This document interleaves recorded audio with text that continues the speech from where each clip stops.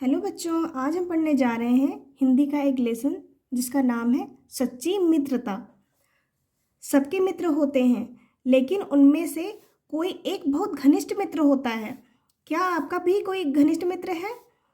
उसकी विशेषताओं को लेकर नीचे दिया शब्द जाल को पूरा कीजिए। ये शब्द जाल दिया हुआ है, इनको आपको पूरा करना है।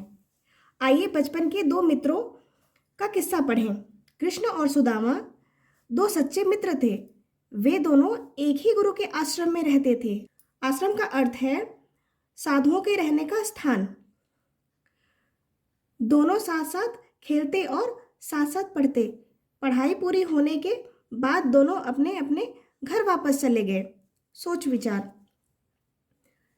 क्या अपने अपने घर लौटने पर कृष्ण और सुदामा को एक दूसरे की याद आई होगी?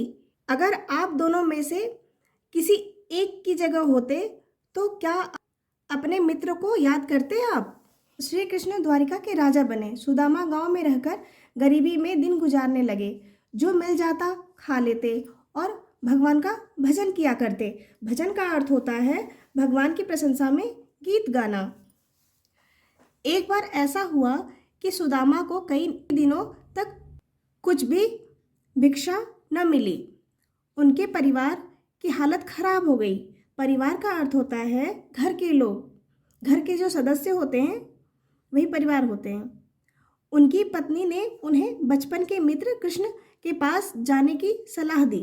सुदामा जाने को तैयार हो गए। उनकी पत्नी मित्र को उपहार देने के लिए पड़ोसिन से थोड़े चावल मांग लाई। उपहार का अर्थ होता है भेंट। और उन्हें एक पोटली में बांधकर सुदामा के हाथ में थमा दिया।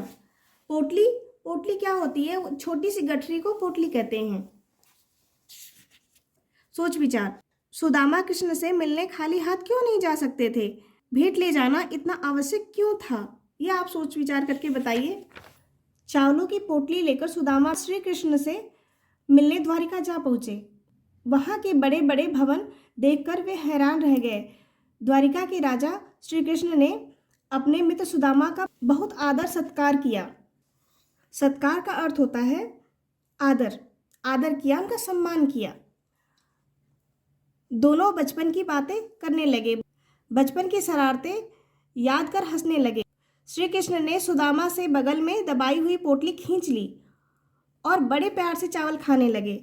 कुछ दिन वहां रहकर सुदामा अपने घर लौटे। गांव पहुंचकर वे दंग रह गए।